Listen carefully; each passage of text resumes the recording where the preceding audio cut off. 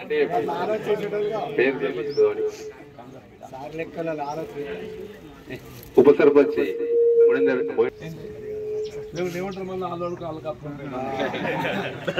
మీరు అట్లాంటి ఆలోచన చెబుతున్నారు.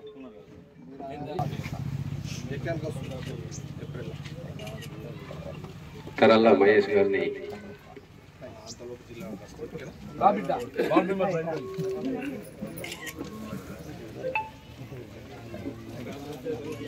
శ్రీమతి నక్క సౌమ్య గారిని సన్మానించాల్సింది.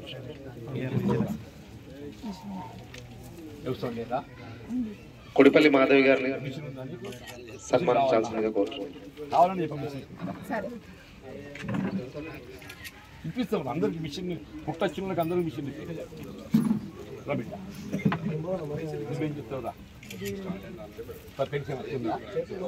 కోఆప్షన్ సభ్యురాలు విజయలక్ష్మి గారిని కూడా సన్మానించాల్సింది. సఫాయిలు కప్పాలి. సఫాయిలు కప్పాలి. పర్మనెంట్ నౌకర్ కాదు, టెంపరీ అయినా ఎక్కడ పంచాయతీ సిబ్బంది కూడా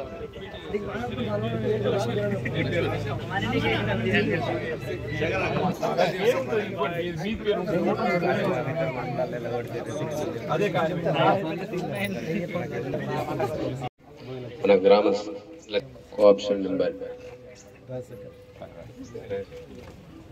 నువ్వు మెంబర్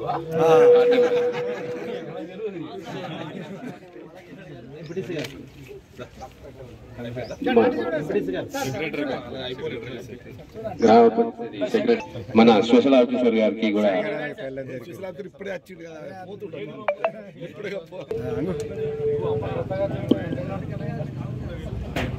మన హెడ్ మాస్టర్ హెచ్ఎం గంగారం గారికి సన్మానించాల్సింది.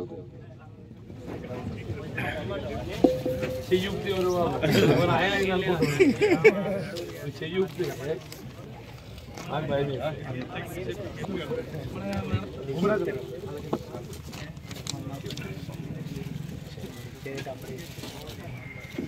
Thank you sir.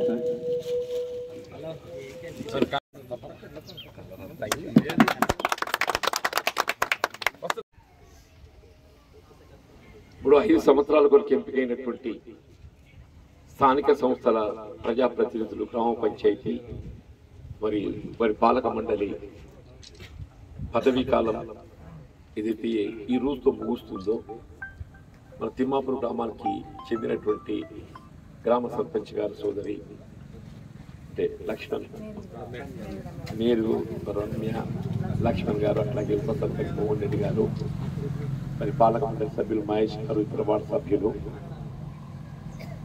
ప్రత్యేక అధికారిగా నియామకం చేయబడినటువంటి అరుణ్ కుమార్ గారు, ప్రధానోపాధ్యాయులు, బ్లాక్ కాంగ్రెస్ అధ్యక్షులు నందన్న గారు,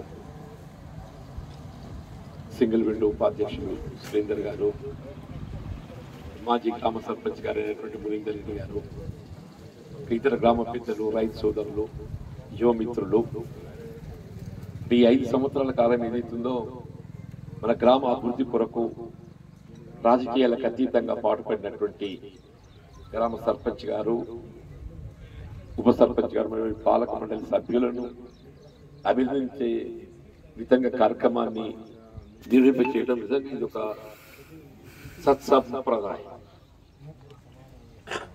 నేను కూడా మిత్రులందరూ కూడా హృదయపూర్వకంగా అభినందిస్తున్నాను.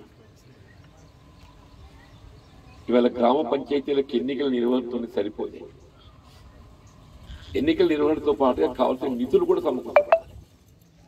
ఆ నిధులు సమకూర్చబడ్డప్పుడు మాత్రమే వాళ్ళ గ్రామాభివృద్ధి కొరకు ఆశించినట్టుగా అభివృద్ధి చేయగలుగుతాం. ఆ నిధులు సమకూర్చబడే పాతే కావచ్చు, ఇల్లు పాతే కాదు, ఇల్లు ఎవరికైతే మంజూరు ఇచ్చిన వానికి కొడుకు వచ్చిండు, కోడలు వచ్చింది. నేను గట్లంటున్నా, ఆ ఇల్లు కూడా మరమ్మతు చేసుకుంటాడు కావచ్చు. ఆ ఉన్న కర్రల వాడు సంవత్సరం చేయాలి, కొడుకోడు సంవత్సరం చేయాలి. అయితే బొంబాయిలో షిఫ్ట్ సిస్టమ్ పెట్టుకోవాలి. బొంబాయిలో కొట్టాయిలో షిఫ్ట్ సిస్టమ్ ఉంటుందంట. ఒకడు పనికి పోయినప్పుడు ఏదైతుందో ఇంకోటి వచ్చి పంటాడు, ఈ రోజున ఆడొచ్చి పంటాడు. అట్లా కాదురా నాయన, కొడుకు కోడలు కొత్తగా ఎవరు ఇచ్చిండ్రో వాళ్ళకి అందరికి ఏదైతుందో ఇండ్లు మంజూరు ఇచ్చారు, బాధ్యత నాది. అందరికి 5 లక్షలు, మా ఎస్సీలకు దళితులకు 1 లక్ష ఎక్కువ 6 లక్షలు. మాకు రాజకీయాలకు సంబంధం లేదు చెప్పంటారు. మీరు ఇట్లా గ్రామసభ పెట్టుకోండి, ఇల్లు లేనోళ్ళు ఎవరన్నా గుర్తించండి చెప్పండి. వానికి ఇల్లు అదిలో ఎవరిని ప్రాధాన్యత మీరు క్రమంగా ఇవ్వండి. ఫస్ట్ దళితులకు, తర్వాత బీసీలు. వాడు ఏ పార్టీ అయినా కానీ మన లక్ష్మణ్ రాసిచ్చిందే నేను చేస్తాను అనుకోకుండా, లక్ష్మణ్ రాసిచ్చినా రాసేయకుండా ఇల్లు లేనోడు ఎవరున్నా, ఈ పిల్లాడు మోహన్ రాసిచ్చినా, ఆ మహేష్ రాసిచ్చినా, ఇల్లు లేనోళ్ళ పేర్లు మీరు ఎవరిని ఇవ్వండి, ఆయన సత్యంగా చేయండి, వాళ్ళ మంజూరు ఇప్పించే బాధ్యత నాదే అని చెప్పండి. ఇప్పుడు ప్రభుత్వ పథకాల మీద హక్కు అనేది ప్రతి ఒక్కరికి ఉంటుంది. ప్రభుత్వ పథకాల అమలుకి ఏదైతుందో కార్యక్రమానికి దానికి కొన్ని నిర్ణయాలు, ఒక గైడ్ లైన్స్ రూపొందిస్తారు. ఆ గైడ్ లైన్స్ ప్రకారంగా అవి అందరికి చెందాలి. అట్లాగనే ఏదైతుందో నాకే నేను చెప్పినోడికి ఇవ్వాలని చెప్పేది కరెక్ట్ కాదు చెప్పంటున్నాను. ఇప్పుడు పెన్షన్స్ ఉన్నది బాబు 2016 గత ప్రభుత్వం అమలు చేసింది గొప్పగా. దాన్ని ఇంకా ఎందుకంటే ఒక ప్రభుత్వ ఉద్యోగి అయినాయి, ఈయనకు 5 ఏళ్ళకి ఒకసారి జీతం పెరుగుద్ది. ఆ హెడ్ మాస్టర్ వాడు ఆయనకు 5 ఏళ్ళకి ఒకసారి జీతం పెరుగుతుంది. పిఆర్సీ, పే రివిజన్ కమిషన్ పెరుగుతున్న వేత భత్యాలకు అనుగుణంగా ఏదైతే ప్రతి 5 సంవత్సరాల కొరకు ఏదైతే PRC, it is your right, you'll fight for it. మరి 5 ఏళ్ళకి ఒకసారి నీకు జీతం పెరిగినప్పుడు 5 ఏళ్ళకి ఒకసారి మాకు పెన్షన్ ఎందుకు పెరగద్దా? నువ్వు ఏసీలో కూర్చుంటావు, ఫ్యాన్ కింద కూర్చుంటావు, నీకు జీతం పెరగాలి. నీకు టమాటా ధర పెరుగుతుంది, కోడిగుడ్డు ధర పెరుగుతుంది, బియ్యం ధర పెరుగుతుంది, మాకు పెరగా మరి మాకు పెరగాలి. అందుకని నేనేమంటున్నా, ఇది 1000తో అంత 200 ఉండనే పెరిగిన దానికన్నా 1000 అన్న అందరు ఇస్తామన్నారా? దొరగారు అదృష్టం మంచిగుంది, ఆయన అయిండు చేసిండు, తర్వాత మళ్ళీ గెలిచిండు, అదృష్టం మంచిగుంది. అప్పుడు నేను ఈ రాయగడ్డలు చెప్పిన 2000 ఇస్తా అని చెప్పాను. పిసోడికి అట్లే మాట్లాడతాను కానీ ముచ్చేది నేను చెప్పాను. ఈ మోహన్ రెడ్డి అటువంటి ఏ కాడు జీవన్ రెడ్డి ఇచ్చేది 2016 ఇస్తా పోరాడు. ఇక నేను కొడుక బీకిన, నేను కొడుక బీ 2000 వీకిన పాట ఎక్కువ వాడిండు. ఇతరులు నువ్వు హుషారైన ఇక పాట ఈయనకి అంద కూడా వాడాలి ఎట్లా అట్లా. నేను 2000 అంటే 2016 అన్నాడు. నీకు పాట గట్టిగా వాడాలి కదా. నేను ఈయనకు అందకుండా దొరకకుండా ఏదైతే 4000 పాట వాడింది. నీ 4000 అబ్బ కొడుకు ఇక్కడికి నీకు తాటి చెట్లకి వాడి అని చెప్పి పని లేక పడ్డాడు. మేము ముందడ పడ్డాం. మా అదృష్టం పలికింది, కాంగ్రెస్ సర్కార్ వచ్చింది. తప్పకుండా రేపు ఉగాది నాటికి 4 ఇస్తాం బిడ్డ చెప్పండి. 200 రూపాయలు కరెంట్ మాఫ్. బహుశా నేను అనుకుంటే ఇది ఎన్నికల లోపలనే మాఫీ చేసే ఆలోచిస్తుంది. మొన్న సీఎం గారితో నేను సీరియస్గా మాట్లాడాను. మీరు అన్ని ఒకటికి చేయకుండా ఈ 200 యూనిట్లైనా కనీసం తప్పక చేయాలి సార్. ఇది నిరుపేద వర్గాలకు అందరికీ వర్తించేటువంటి కార్యక్రమం. ఇదురు సిలిండర్ ఈ 2 కింద మన పార్లమెంట్ ఎన్నిక లోపల ఇచ్చినందుకు మనకు అనుకూలంగా ఉంటుంది. ప్రజలు ఒక విశ్వాసం పొందగలుగుతామని చెప్పింది. సీఎం గారు కూడా ఎంతో సానుకూలంగా స్పందించింది. ఇండ్ల గురించి కూడా చెప్పాను నేను. ఇండ్ల గురించి కూడా ఏదైతే వేసవి మన ఇండ్లు కట్టుకోవడానికి సరైన సమయం. ఇప్పుడు మంజూరు ఇండ్లు కట్టుకుంటాం, వర్షాకాలం ఇస్తే వాడు ఇండ్లు కట్టుకోవడానికి అనువుగా ఉండదు. కాబట్టి ఎక్కడికి వచ్చి ఇప్పుడు ఇండ్ల ప్రక్రియ ఆరంభిద్దామని చెప్పారు బాబు. ఇటువంటి కొన్ని నేను వారి సలహాలు సూచనలు ఇస్తుంటా. ఈ తులం బంగారం నేనే చెప్పిన.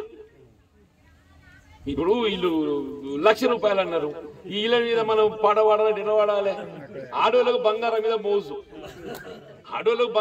మోజు, నువ్వు పైసలు ఎంత ఇస్తా అన్నా కానీ పైసల కంటే బంగారం అంటే ఎట్లా కదా, ఆడోళ్ళ మోజు ఉంటుంది కదా. నేనే ఈ చందులు ఇక్కడ వినప్పుడు ఇట్లే మా అది ఈశ్వర్ గారు వచ్చింది అక్కడికి. 2 పోటప్పుడు మీటింగ్లు అయినారు అక్కడ. నాకెందుకో ఆలోచన వచ్చింది. నేను పల్లెటూరు కాబట్టి నాకు ఆలోచనలు ఎక్కువ వస్తాయి. జనంలో ఉంటాం పల్లెటూరు కాబట్టి ఆలోచనలు ఎక్కువ వస్తాయి. ఆయన బంగారం ఇస్తాం మంచుకుంటని చెప్పాను. పోయి అంటేనే కథ హైదరాబాద్ రేవంత్ రెడ్డి గారు మాట్లాడినా మనం 1 లక్ష రూపాయలు వాళ్ళు అమలు చేస్తున్నాను, 1 లక్షకి మనం అదనంగా ఇద్దాం అనుకున్నాం. ఆ ఇచ్చేది 50,000 60,000 కాదు, తులం బంగారం ఇచ్చినట్టు గట్టిగా ఉంటుంది. మనకు ఆడవాళ్ళు అందరూ ఏదైతుందో మనకు మొగ్గుతారు, మనకు అనుకూలంగా వస్తాయని చెప్పని తులం బంగారం వెంటనే మేనేజ్ లో పెట్టిండు. క్లిక్ అయింది. ఆడవాళ్ళందరూ భ్రమలో పడిపోయారు. అబ్బా కొడుకు వీడు కాంగ్రెస్ వాడు తులం ఇస్తున్నాట. ఏదైనా రాజకీయ ఆలోచన చెప్పంటాను నేను. ఫ్రీ బస్సు, ఆడలు ఫ్రీ బస్సు. అసలు వాస్తవంగా ఏదైతుందో ప్రభుత్వం భారం పడుతుంది. ఇదంతా జనాకర్షణ పథకాలు. జనాన్ని ఏ విధంగా ఆకర్షించాలి? అధికారం రావాలని జనాన్ని ఆకర్షించాలి. మహిళల సౌకర్యం అనుకూలిస్తే వాళ్ళు కొంత ఆకర్షించబడతారు. వీళ్ళు ఫ్రీ బస్ అనగానే ఆడు ఎక్కిండో లేదో ఫ్రీ బస్ అయిపోయింది అంటున్నారు. అంటున్నాడు మా ఊరి బస్ వస్తలేదు అంటున్నారు. మళ్ళీ అదో పంచాయతీ అవుతుంది. నిన్నటిదాకా బస్సు తీసుకుపోయేసేసిండ్రు, వాళ్ళ కొత్త బస్సులు కావాలి. అన్ని ఇంకో గొప్ప విషయం అమ్మా, ఏ పెన్షన్ రానోళ్ళకు ఆడోళ్ళకు గృహిణులకు ఏదైతే 2500 రూపాయలు. ఇప్పుడు మనకు రకరకాల పెన్షన్లు ఉన్నాయి. వృద్ధాప్య పెన్షన్ ఉంది, వితంతు పెన్షన్ ఉంది, ఒంటరి మహిళ ఉన్నది, బీదీ కార్మికురాలు ఉంది, వికలాంగులు ఇవన్నీ ఉన్నాయి కదా బాబు. కొంతమంది కొత్తగా లగ్గమైతే 20 ఏళ్ళకు వాళ్ళకి ఏ పెన్షన్ రాదు, వాళ్ళకు కూడా 2500 తల్లి. నీకు అత్తుందా పెన్షన్ ఏదన్నా మొత్తం లేదా? 2500 ఇస్తాం. ఉగాది నువ్వు నీ భర్త మీద ఆధారపడాల్సిన అవసరం లేదు. ఆయన బయట సంవత్సరం ఏమైనా చేసుకొని నీ ఇంటికి సిలిండర్ ఇస్తా 500 రూపాయలకు, నీ ఇంటికి కరెంట్ బిల్లు కడతా, నీకు 2500 ఇస్తా. పోయి 3 తీర్లు రావు ఈ అమ్మాయికి. మా పొలాలకు నౌకర్లు ఇస్తా అని చెప్పి అంటున్నాం. 2 లక్షల ఉద్యోగాలు ఉన్నాం. ఇలా 15,000 ఉద్యోగాలు నోటిఫికేషన్ ఇస్తున్నాం బాబు. కానిస్టేబుల్ ఉద్యోగాలు 15,000 ఇవ్వాలి. నీకు ప్రకటన ఇచ్చింది ఇవాళ ఇచ్చాను 15,000. అక్క చెప్తూనే ఇవన్నీ చేయవలసిన పనులు ఎవరైనా చేయాలి. బాధ తెలంగాణ ఎందుకు తెచ్చుకున్నావు? నువ్వు తిని పండుంటావు అనగా నీకు వస్తుంది తెచ్చుకున్నావా? మీ అటువంటి వాళ్ళు ఏదైతుందో పోరాటం చేసి ఉద్యమం లోపల ఏదైతుందో ప్రాణాలు త్యాగం చేస్తే తెలంగాణ వచ్చింది. మా అటువంటి చేపట్టొచ్చిందా? మేము అనుభవిస్తున్నాం ఇవాళ. నేను ఎమ్మెల్యే అవుతున్నా, నేను మంత్రి అవుతున్నా, నేను ముఖ్యమంత్రి అవుతున్నా, పార్టీ రాజకీయ నాయకులు. మీ అటువంటి వాళ్ళకైతే నౌకర్లని ఇద్దే కనీసం అది ప్రాధాన్యత ఇవ్వాలి. కాబట్టి ఈ 2 లక్షల ఉద్యోగులు సంవత్సర కాలంలో భర్తీ చేసే విధంగా కార్యక్రమం రూపొందించి అమలు చేస్తుందని చెప్పండి. పబ్లిక్ సర్వీస్ కాన్స్టిట్యూట్ చేయబడ్డది. ఏదైనా ప్రభుత్వం అనేది కొనసాగింపు రాజకీయ పార్టీ ఆలోచన ఏ విధంగా ఉన్నా కానీ అది వాళ్ళ బాధ్యత. ఇక్కడ కేంద్రంలో మోడీ గారే కానీ, గతంలో కేసీఆర్ గారే కానీ, అంతకుముందు సోనియా గాంధీ కానీ, రేవంత్ రెడ్డి ఎవరైనా ప్రజల కోసం పనిచేయాలనే ఆలోచన విధానం అని చెప్పంటున్నాను. నేను కూడా చెప్పంటున్నా. నా అదృష్టం 40 ఏళ్ళు అయిందే. నా అంత అదృష్టం ఎవ్వలేడా? నేను మొన్న చెప్పిన ధరలు చెప్పింది. నేను మొత్తం తెలంగాణ రాష్ట్రంలో అన్నిసార్లు గెలిచిన ఎమ్మెల్యే ఎవరు లేడు, నా అన్నిసార్లు ఓడిపోయినాడు కూడా. నేను 6 సార్లు ఎమ్మెల్యే గెలిచిన, ఒకసారి ఎమ్మెల్సీ గెలిచిన. ఎమ్మెల్యే 5 సార్లు ఓడిపోయింది, 2 సార్లు ఎంపీ ఓడిపోయాను. లెక్క 5, 2, 7, అది 7 లెక్క నిండింది అంటే అట్లా చెప్పింది నేను. అంటే ప్రజా జీవితం అనేది రకరకాల హోదాలతో ఉంటుంది బాబు. కేవలం ఎమ్మెల్యే గెలిచిన పని చేస్తామని చెప్పాను కరెక్ట్ కాదు. అందరూ ఎమ్మెల్యేలు కాలేరు, అందరూ ఎమ్మెల్యేలు కాలేరు. ఎమ్మెల్యే ఎవడో కూడా అయితే 100 కోటికి. అంత మాత్రాన ఎమ్మెల్యేతోనే పని అయితే ఎమ్మెల్యేనే కావాలనుకుంటే కూడా కాదు. మీరు కూడా యువకులు ఉన్నారు చెప్తున్నారు, మీ హక్కుల కోసం మీరు పోవడం చేయాలి. ప్రభుత్వ విధానాలకు అనుగుణంగా మీరు కార్యక్రమాలు అమలు చేయబడే విధంగా ప్రభుత్వం ఒత్తిడి తేవాలి. ఇవాళ ఏదైతుందో MLA is not only source, is a source, but is not only source. స్వచ్ఛంద సంస్థలు ఉన్నాయి, వాళ్ళకే పదవి ఉండదు, సేవా దృక్పథంతో పనిచేస్తారు. కాబట్టి అందరం ఎవరైనా పనిచేయాల్సింది చేస్తాం తప్పకుండా. ఇలా నిజంగా అంటే ఇది లక్ష్మణ్, రమ్యను, మోహన్ రెడ్డిని, మహేష్ను అభిమానిద్దామని రాలేదు. అందరినీ కలుసుకునే అవకాశం వస్తుంది కాబట్టి ఇక్కడికి వచ్చి వాళ్ళు హైదరాబాద్ పోయటం అనేది ప్రత్యేకంగా రావడం జరిగింది. భవిష్యత్తు ఇక్కడ అవసరం లేదున్నా కానీ రాజకీయాలకు అతీతంగా మీరు దృష్టికి తీసుకుని తప్పకుండా పరిష్కారం చేయాలి.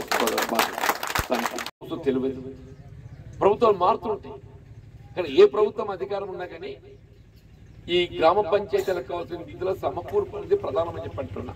ఆ నిధులు సమకూర్చబడ్డప్పుడు మాత్రమే మనం ఆశించినటువంటి ఒక అభివృద్ధి కార్యక్రమం చేయగలుగుతాం. మనం ఆశించిన గ్రామ స్వరాజ్యాన్ని సాధించుకోగలుగుతాం. దానికి సంబంధించి 73, 74 రాజ్యాంగ సవరణ అప్పుడు రాజీవ్ గాంధీ గారు ప్రధానమంత్రి ఉండగా ఏదైతున్నదో, స్థానిక సంస్థలకు ఎన్నికలు నిర్వహిస్తేనే సరిపోదు, ఎన్నికల నిర్వహణతో పాటుగా ప్రత్యేకంగా ఢిల్లీకి వెళ్లి గ్రామానికి నిధులు సమకూర్చబడాలని చెప్పని రాజ్యాంగంలో పొందుపరిచింది. దాని పర్యవసానం ఏదైతుందో దాని ఫలితం ఇవ్వాల. ఇప్పుడు మిత్రుడు పేర్కొన్నట్టు ఏదైతుందో మహేష్ చెప్పిండు, మా కేంద్రకి నిధులు రావడంతో ఈ మాత్రం కొద్దిగా కాల్ చేసి ఆడించామని చెప్పి వాస్తవం చెప్పండి. ఇది రాజ్యాంగంలో పొందుపరిచింది. ఇవాళ గ్రామ పంచాయతీలకు ఎన్నికలు నిర్వహించడం సరిపోదు, నిధులు కూడా సమకూర్చాలి. 13th ఫైనాన్స్, 14th ఫైనాన్స్ ఉన్నది, ఇది అందరూ పొందుపరిచింది. తదుపరి యూపీఏ ప్రభుత్వం 10 సంవత్సరాలు సోనియా గాంధీ గారు యూపీఏ చైర్పర్సన్. నిజంగా అందరం అంటారు విదేశీ వనిత అని చెప్పి, విదేశీ వనిత మనల్ని కట్టుకోవడంతో ఏదైతుందో మన భారతదేశమైంది.